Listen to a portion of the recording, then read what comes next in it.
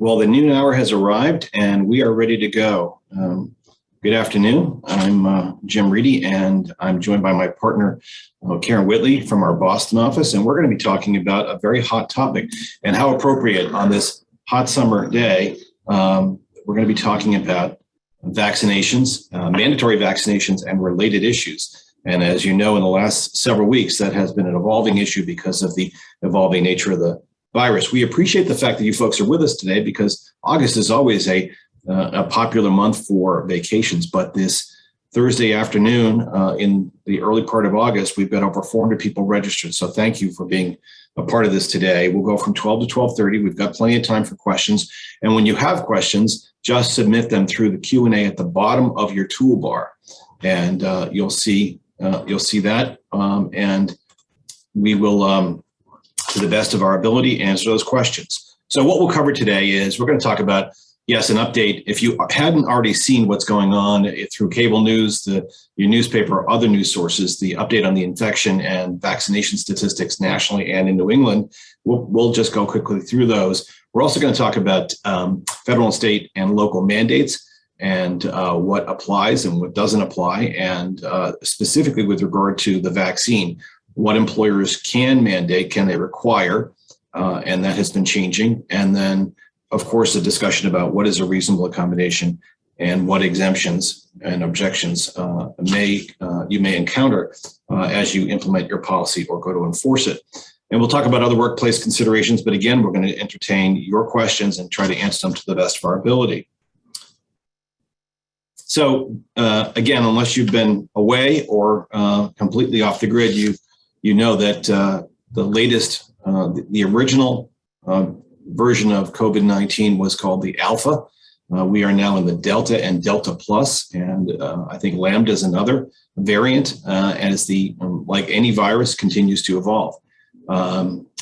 The infections have been increasing again because it's a variant, and principally for the unvaccinated, but they're seeing breakthrough infections as well for the vaccinated.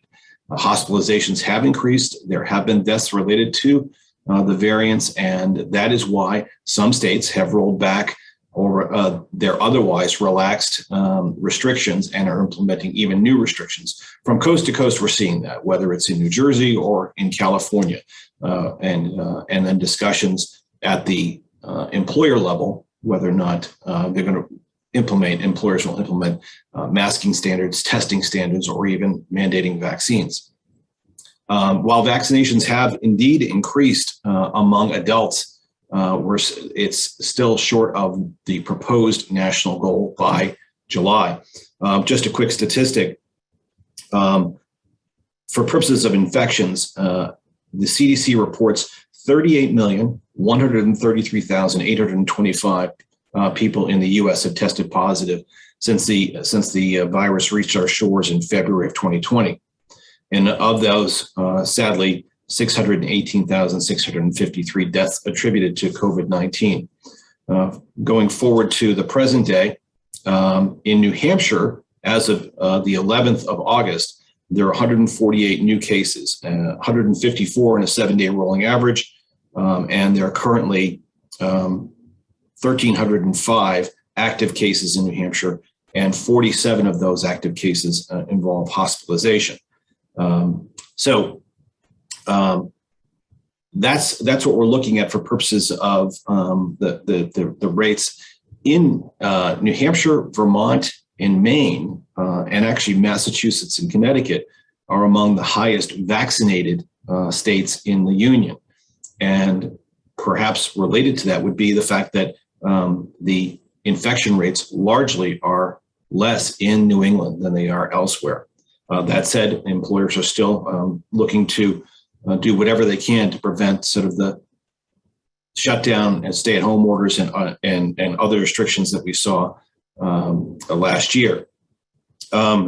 The vaccinations, 71.3% adults in the U.S. over age 18 have at least one shot, and 50.3% are fully vaccinated, and 80% over 65, 61% over age 18. But there are some below 18, and that's why the average drops a bit. But that shows you where we are. But as the CDC says, we need to do more to stem the tide of these infections. I'm going to turn it now over to Karen. Good afternoon. I'm just going to set the stage a little bit about to help answer the question, can employers, can other entities require that employees get vaccinated? So start first with the federal government. Can they mandate that individuals get vaccinated? And there is no precedent for an overall federal government mandate. That has been acknowledged by the president. And if we look at other past pandemics and other reasons that the federal government has gotten involved in this issue, we go back to the 2014 OSHA guide, which simply mentions that vaccines can be offered and encouraged to reduce the risk of infection. Now, the EEOC, especially during this pandemic, has taken a pretty active role in putting out guidances, and throughout the H1N1 and SARS and now, EEOC has consistently taken the position that a vaccine may be necessary, although all mandates, all requirements have to be balanced against certain federal rights, and we'll go through those a little bit later in the presentation. Next slide. So then the question is, can state government mandate vaccine? Under New Hampshire law, there are certain vaccines and immunizations that can be required, also under Massachusetts law, with similar exceptions, medical and religious reasons. Again, those are two that we'll spend some time on this afternoon. As of July 23rd in New Hampshire, there is a new medical freedom law in New Hampshire that states that individuals cannot be required to be vaccinated to access public facilities, benefits, or services. So we will wait to see how that plays out. That's fairly new. Massachusetts does not have a similar law at this point, one way or the other. If you look at mass.gov for under vaccines, though, you'll see that the Massachusetts mass.gov does list a number of cases supporting the idea of mandatory vaccines, going back to case law as far ago as 1905, I think. So there is a history that we need to be aware of states getting involved and making statements about vaccines.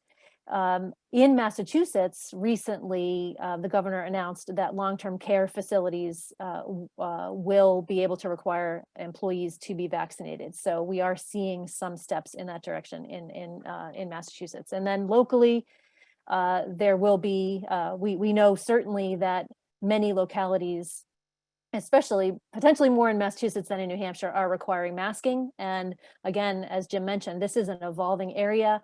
And if employers, number one, aren't seeing the results they want with regard to vaccination, or if they realize that they can get on the train of asking employees to get vaccinated because bigger companies are taking the lead on that, we may see more local mandates. Next slide. So this all comes down to, for you, can employers mandate vaccines? And as you know, just a little bit of history, the FDA has approved 3 vaccines under an emergency use authorization, which is a temporary approval. It's not full vaccine licensure. And along with that approval comes a requirement that anybody who is receiving the vaccine must be informed that they have the option to accept or refuse the vaccine. The issue, though, is that it doesn't say what happens with regard to employment if somebody is refusing to receive the vaccine. So they have the option not to get it, but it doesn't, employers are not really being told what the consequence is if someone does refuse. Next slide. So as I mentioned, the EEOC has been fairly active in this area, and the EEOC has consistently said that a mandate with regard to vaccines should be job-related and consistent with business necessity. In 2021, in May of 2021, the EEOC updated its guidance on COVID-19 and the ADA and other laws, and said that employers could require employees to get vaccinated. The actual text of the guidance, though, is that the EEO laws do not prevent or employers from requiring all employees who physically enter the workplace to be vaccinated. So it has been assumed that this is an approval by the EEOC to require vaccines, but if you look carefully at the language, it is merely saying that the EEO laws do not prevent that requirement as to employees who are physically entering the workplace. So we do have a lot of employers asking us now, can we say everybody in our workplace can get vaccinated, or everybody who works for us can get vaccinated? And it may be a distinction between who is coming into the office and who is not. Now, the EEOC guidance doesn't say what types of workplaces that vaccines could be mandated or required. And initially, everybody was thinking that the EEOC was talking about those areas where there are potentially vulnerable populations. So hospitals, nursing homes, assisted living facilities, home health care, potentially communal living situations like educational institutions. But we are seeing more and more employers take this step forward. Yesterday, State Street Bank in Massachusetts notified everybody that they would be requiring vaccines by the fall. TJX is going to be doing the same by November. And they are just following the footsteps of Google, Facebook, and HubSpot and other large companies. So with that as backdrop, I'll turn it back to Jim to talk about some of the legal issues. Thanks. And just to complete that thought too, as Karen said, we've had many clients in the last couple of weeks beyond the healthcare setting, beyond hospitals, nursing homes, and the like, asking about vaccination and whether they can mandate it. Of course, the standard is, as Karen said, job-related, consistent with business necessity. However, EEOC didn't really explain, and they didn't limit it to healthcare facilities. And so therefore, a lot of employers are taking advantage of that, wanting to get employees back to work. And but there are challenges already. And some of the challenges, there was the Mercy Hospital in Texas, there was the University of Indiana, and in both instances and in several others, there have been court cases. Each time the courts come down in favor of the employer and the employer mandate or other safety policies related to COVID. And we are, I think you're going to pretty much consistently see that. That doesn't mean you're not going to see challenges. And I think the challenges will come up. And Karen, I asked you to obviously chime in on this too, but I think the challenges will come up on how consistently employers have acted in that regard, and whether or not they've been reasonable in the accommodation process, and how draconian they are with regard to other measures, and how creative or flexible they are. So let's go, as Karen said, let's talk about the legal issues. EEOC's guidance that makes it clear that if an employee's refusal to get the vaccine is based on religious or medical reasons, medical/disability reasons, a reasonable accommodation should be considered. And so what does that mean? Well, for all you HR folks out there, you know that when you talk about a reasonable accommodation, it's an individualized assessment or analysis. You don't treat all back injuries the same way, or carpal tunnel syndrome is the same way, and so on. It's an individualized assessment with regard to the individual's ability to, the physical or mental impairment and the ability to perform the job, all the essential functions of the job with or without reasonable accommodation. And a reasonable accommodation is reasonable until it's not. And what does that mean? That means that, you look at the cost and effect upon the organization. You also look at direct threat, which we will talk about in a few minutes. But that process requires what's called an interactive process, back and forth between employer and employee. And EEOC says that as a part of that process, you can ask, or even perhaps a precursor to that, you can ask employees if they are vaccinated. And if the answer is yes, and unfortunately, we've seen counterfeit vaccination cards already. And yes, they're on the internet. Everything's on the internet. And we've also had people respond, yes, I'm vaccinated, and being kind of cute in the process, because that what they mean is measles, mumps, rubella, flu vaccine, or shingles, and so on. But specifically, have you been vaccinated with one of the approved, FDA approved, under the emergency use authorization, FDA approved vaccines, specifically Pfizer, Moderna, or Johnson & Johnson. And so you can ask to see proof. Neither are inappropriate. Karen mentioned the ADA. It's not appropriate. It's not inappropriate disability inquiry under the ADA to ask, are you vaccinated? And can you provide me with proof?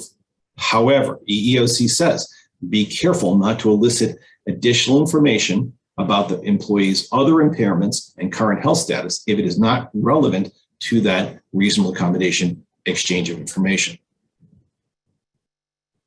So what Karen mentioned earlier, what happens if someone refuses? Now, refuses could be based on, I don't believe in the vaccine, and that's sort of a separate subset. But the other is on the basis of religion or medical/disability reasons, I cannot get the vaccine. And that's supported by, and Karen's going to talk about this in a minute, it's supported by documented evidence of some sort. So what do employers do? The employee may be relieved of duty, may be transferred or required to work remotely, but EEOC made it crystal clear, you cannot retaliate against an employee for refusing the vaccine.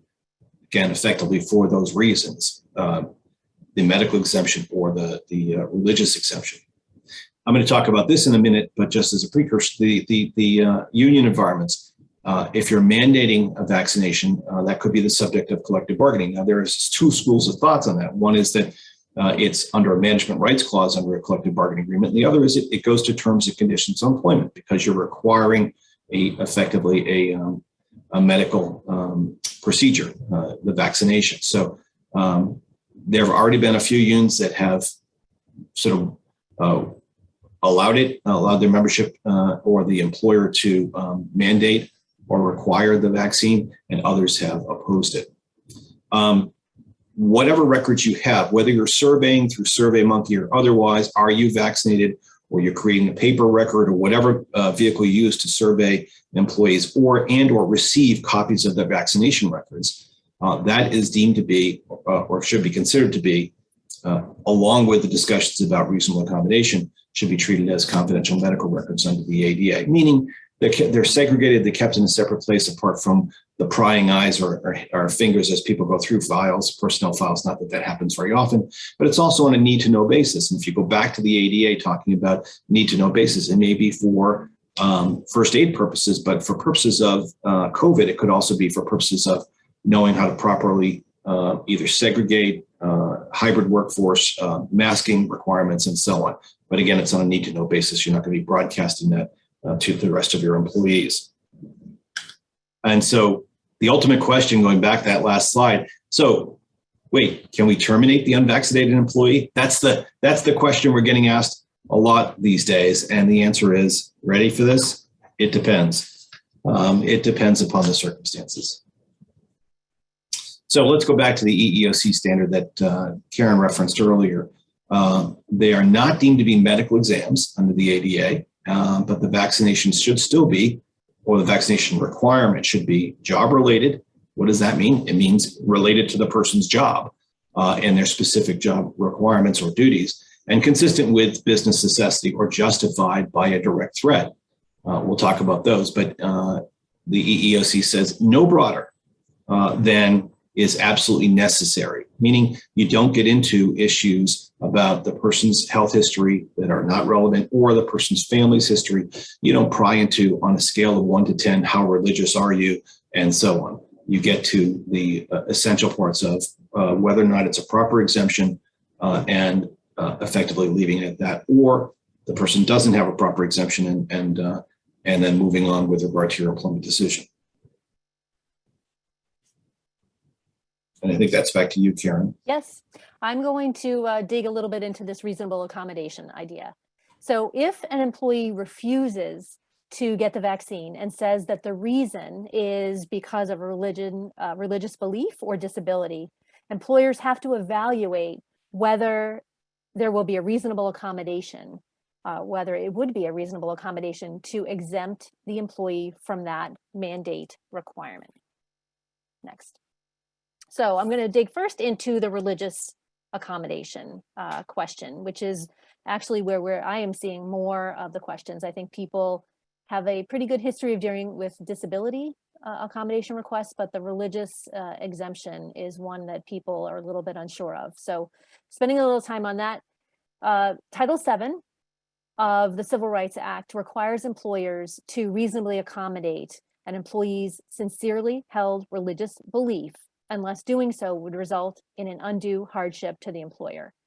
So breaking that down a little bit, it's a sincerely held religious belief, and a non-religious opposition to a vaccine would not qualify. And the employee must tell the employer that a sincerely held religious belief conflicts with the job requirement in order for this interactive process that Jim mentioned to apply, so to be required of the employer. So if the employee says, you're asking me to get a vaccine, and I have a religious objection to that, that's when the interactive process would start. But the question that we're seeing is how much information can be requested. And I think it's important to go back to what the EEOC has said in the past about religious beliefs.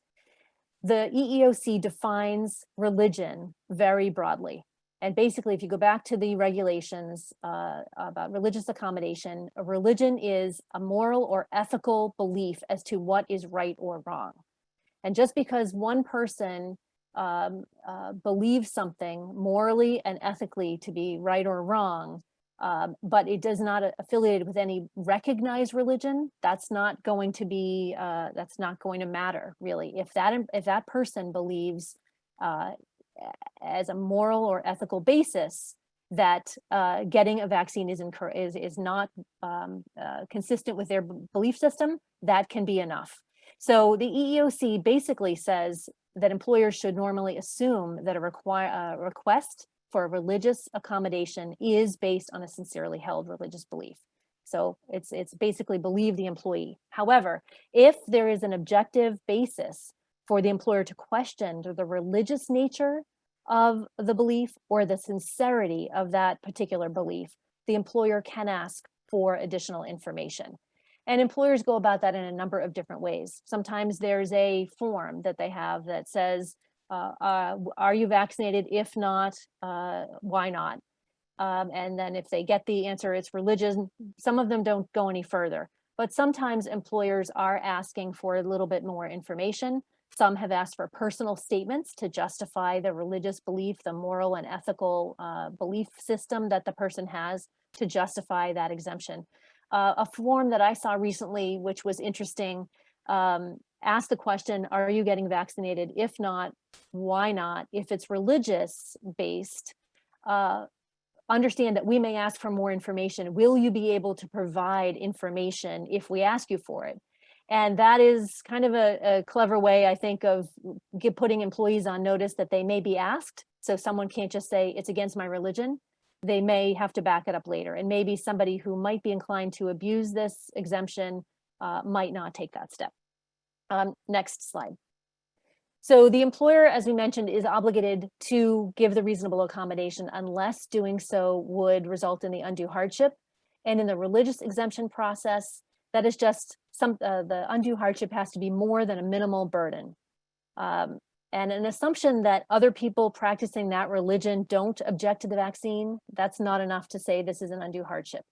The employer does need to show that it will be more than a minimal burden. And some of that may relate to the direct threat analysis that Jim will talk about.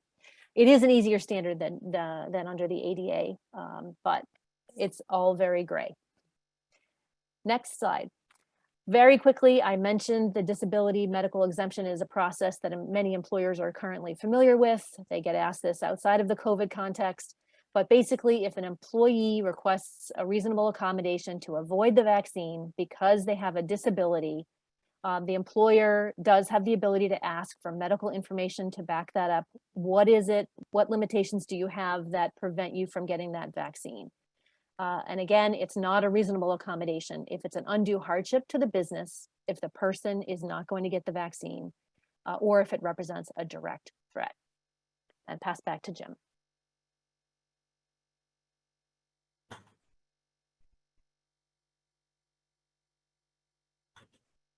Direct threat. And what is that? Well, it does require a direct threat. In simplest terms, means a threat of potential harm to the employee or his or her coworkers or the general public if they're entering the workplace and so on. But breaking it down to the 4 parts of the analysis, it means, again, you're conducting an individualized assessment. It's not a generalized statement. It's with regard to this individual, this circumstance, and this particular circumstance. You look at the duration of the risk. Is this going to be ongoing, or is this truly temporary? And if it's truly temporary, can we somehow remove the risk or reduce the harm by changing the circumstances, reassigning remote work, and so on?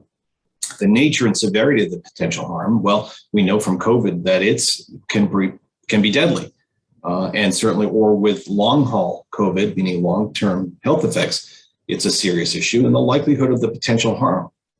Well, we also know not only with the alpha version of the virus, but the Delta and Delta plus versions, they're far more contagious than the latest mutation of the virus. So the likelihood of potential harm is significant unless certain measures have been taken, whether it's vaccination, masking, or working remotely, and so on.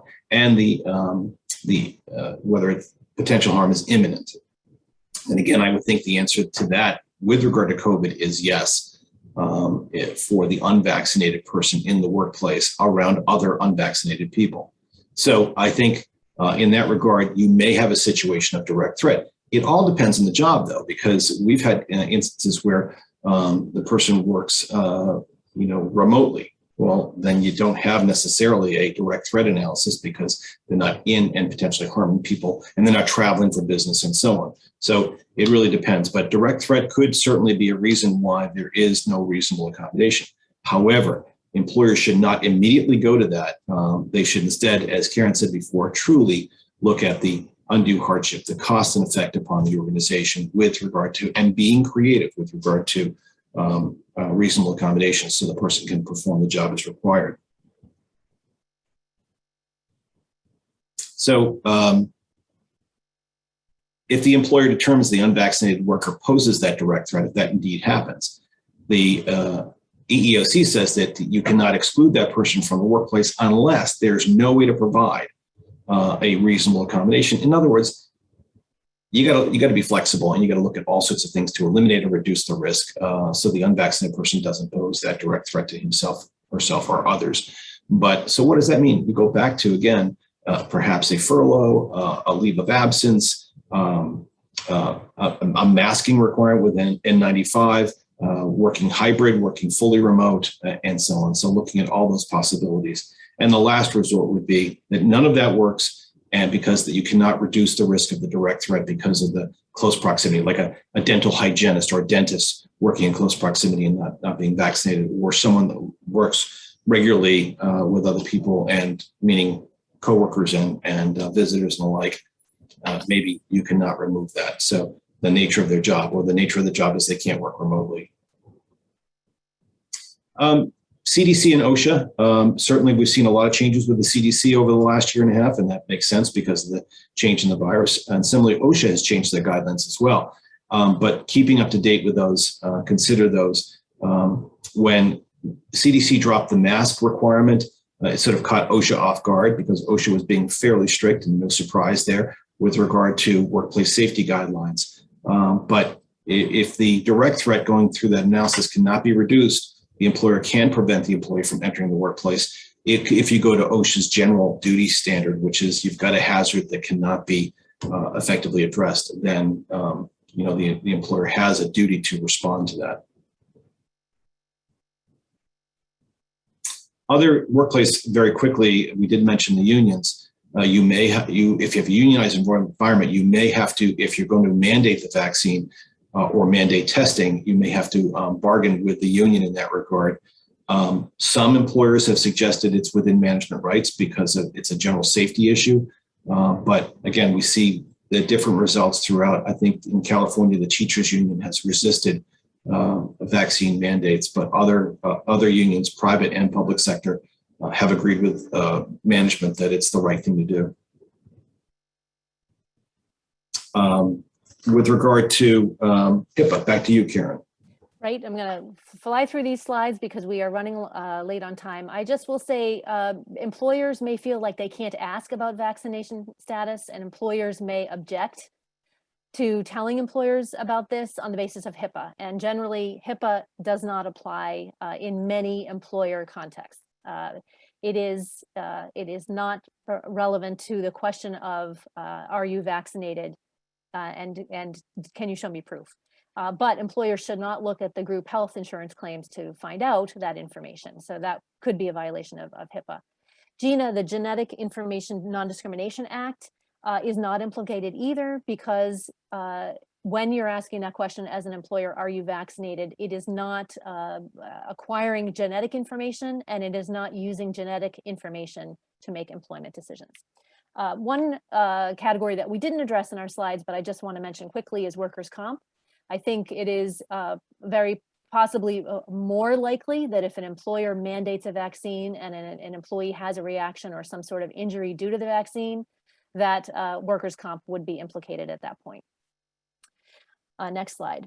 Another issue that has come up from time to time is the idea of giving incentives to get to have employees be vaccinated. And if you're in Massachusetts, there's certainly a state incentive with Vax Millions, and I'm still here, so I did not win. But it is something that employers can do to provide an incentive, but they do have to be very careful, because the flip side of offering an incentive to employees who are vaccinated is that it could be perceived as discriminatory to those people who cannot get it for a religious or disability reason. So the short answer is yes, but be careful in terms of how significant that incentive is and what the impact might be. Some alternatives, next slide, to vaccination, which basically is what really talking about what are some reasonable accommodations if people cannot get vaccinated. It could include moving employees to a different job, to a different workspace, segregating them, increasing social distance. It can be imposing a testing requirement. And we did have a question recently from an employer who said, well, okay, fine, I'm not going to make somebody who has a religious objection get the vaccine, but I want them to get tested. Do they have to pay for it? And under New Hampshire law, there is a prohibition against an employer requiring employees to pay for medical examinations or for the cost of furnishing records to an employer as a condition of a job. So in that case, if testing is the alternative, employers should be paying for that. Remote work, obviously, that is a way to allow employees to do their work without being vaccinated. But if they are in the workplace, enhanced safety practices could be a way to help keep them and others safe. And ultimately a furlough or leave for a period of time. But then if none of that works, if there really is not a reasonable accommodation, or if there's going to be a direct threat, then the EEOC has said that termination is a possibility, although it should be the last option. And next slide. As Jim mentioned, consistency is key. Be consistent with how you're imposing these requirements. But I think there's a question in the Q&A that I want to address now. Can you, for example, as an employer, say that certain categories of people need to be vaccinated? For example, those who need to travel. And I think if you have an objective reason for distinguishing among groups of employees, that's going to be fine. If you say the people who are coming into the office have to be vaccinated, but others do not, that should be fine. If you say those who are out traveling for business need to be vaccinated, again, that would be fine. But overall, you should really be as consistent as you can if you're imposing any type of a mandate. And obviously watch out for retaliation against those who cannot get the vaccine. Back to you, Jim. Yeah, and similarly with regard to the exemptions, being consistent in that regard as well, as far as the level of scrutiny and or how you apply and or adopt the exemption or accept the exemptions. So best practices as we close out the presentation part of this, but we will have a few minutes to answer a few questions. Certainly stay up to date with regard to CDC and state health department guidance, whether it's here in New Hampshire, Massachusetts, Vermont, Maine, and so on, because they do vary. Create or update, likely you're going to update your COVID-19 policy with regard to vaccination requirements, asking for proof, asking for employees to cooperate and respond whether they're vaccinated or not, or if you're going to mandate it, you're updating that too. Continue to follow your recommended workplace safety policies. We saw in the last year, employers, certainly last April, remember, was taking temperatures, asking all the questions about exposure and so on. But a lot of employers sort of got lax about that. So I think looking back at what's important for purposes of your workplace and continue to follow those. If vaccination is required or encouraged, be careful to avoid improper or irrelevant inquiries, as we discussed. Engage the employees in that interactive process if they're seeking the exemption. Maintain confidential medical records from the surveys and from the results of those surveys, testing, and so on. Be as flexible as possible. I think we're still in that period of time where here in New Hampshire, the governor is still encouraged that, even though the state of emergency is ended, said be as flexible as possible with your sick leave and your PTO policies. You want to keep the people who are symptomatic, whether they think it's the cold or it's COVID, keeping them out of the workplace, and that's a good idea. And then be prepared to act if someone violates your policy, meaning act in a decisive manner. And it obviously depends upon the circumstances. So that's a lot in a short period of time. We know that your time is precious, so we said we'd cover it in 30 minutes, and we did. So let's take just a few minutes, Karen, to answer some of the questions. I've been answering some as we went on, and I do see some, for example, what is a direct threat? I hope that we did answer that. I apologize for those of you that had, if it was my fault, the audio, apologize for that. Can we mandate COVID testing for non-vaccinated employees where a public employer? I would say that you can. You cannot require the proof of the vaccine under New Hampshire law to access public services and buildings, but that I would say you still have the right as an employer to know whether people that are working for you are testing positive. So I would say yes to that. Can we share information with supervisors which employees in their department are not vaccinated, so they can monitor masking and remind the employees to wear their masks at all times if they're not masked? I think the answer is yes. Again, that's on a need-to-know basis. You're not broadcasting it. You're not going to make someone wear a bracelet or a scarlet letter. Instead, you can share with supervisors, as long as you explain to supervisors they are to be discreet, and they're not going to make any inquiries themselves, like how religious are you, or do you have any icky conditions that we don't know about keeping you, or are you otherwise contagious with some other thing? Absolutely not. You're just simply going to say, these are the employees who are not vaccinated, and we're saying unvaccinated employees must wear masks, and as Karen said, otherwise use the PPE available and follow our safety procedures. But yes, you can share with supervisors.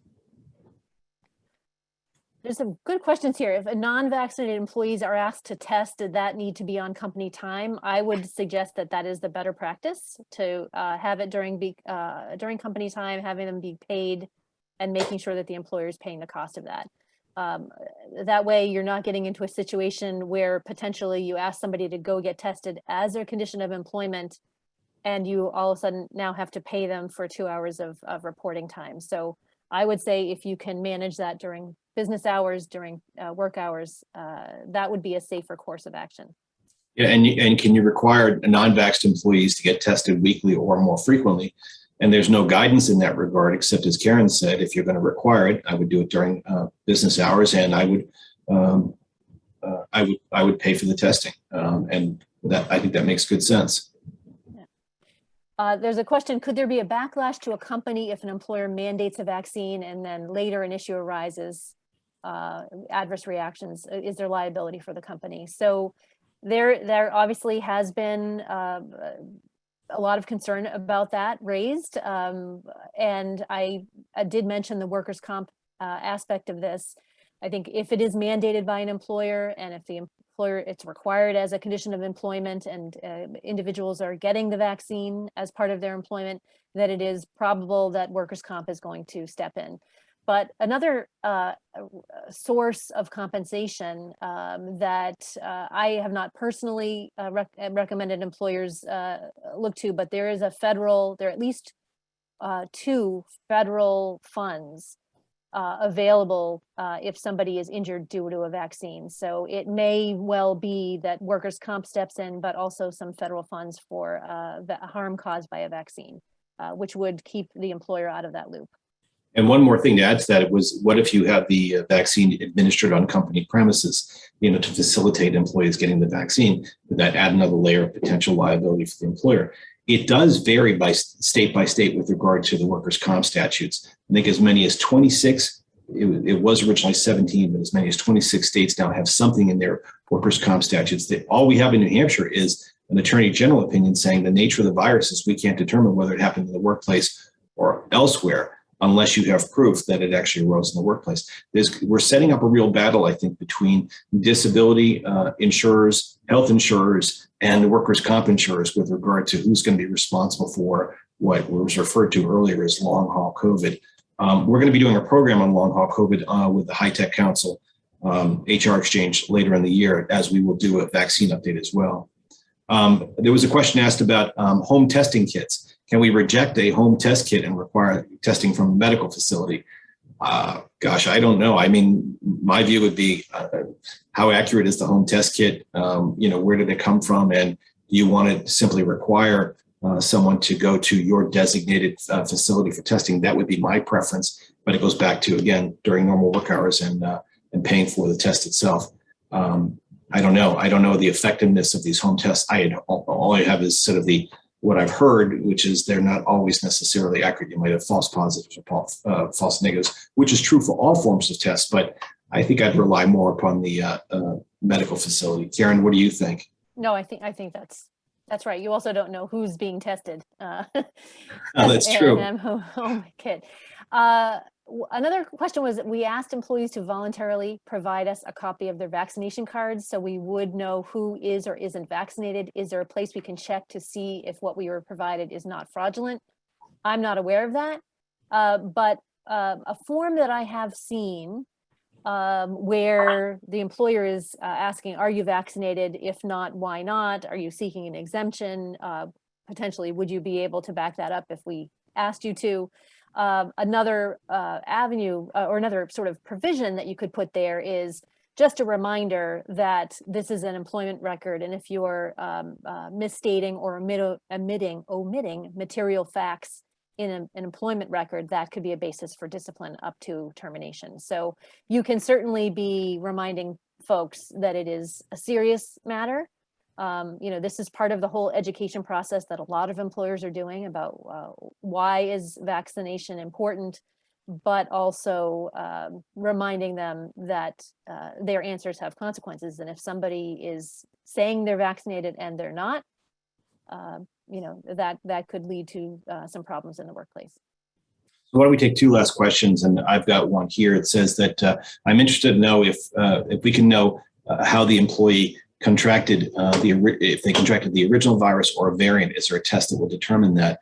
All I know is that currently they are determining that the dominant strain of COVID right now is the Delta variant. But I'm not aware of any test that will determine whether it's Alpha, Delta, Delta Plus, or Lambda. It just goes to, I think there's a new spike, actually a spike in the virus that determines that it's the Delta variant. But I don't know through contact tracing or otherwise whether or not you're ever going to get to, and I guess I wonder why you would care, except if you're going through contact tracing in the workplace to determine whether they got it there or elsewhere. I think the answer principally is the person tested positive? And if so, what are you going to do in response? So if we have one last one, I'll take a Massachusetts one. Are Massachusetts employers required to pay for the test? So if you have testing as an alternative to a vaccine mandate, and I would say if it comes to it, I'm not aware of any law that says Massachusetts employers should, but if it comes down to it, employers should be paying for that. But in my experience, insurance is often covering this, and if insurance isn't, then public resources, other avenues for getting those tests covered are available, so that it is not usually a situation where the employer or employee are required to pay. But I think in this instance, employers should do that as a way of making sure that they retain employees and keep the workplace as safe as possible. Well, as promised, we got through our material and also lots of great questions. Thank you so much for taking the time today. This presentation will be available on our website if you want share it with others afterwards, or if you want to revisit it, that's great. And then you've got our contact information for Karen and myself. If you have any additional questions, we are always happy to help. Thank you for taking the time and enjoy the rest of the day.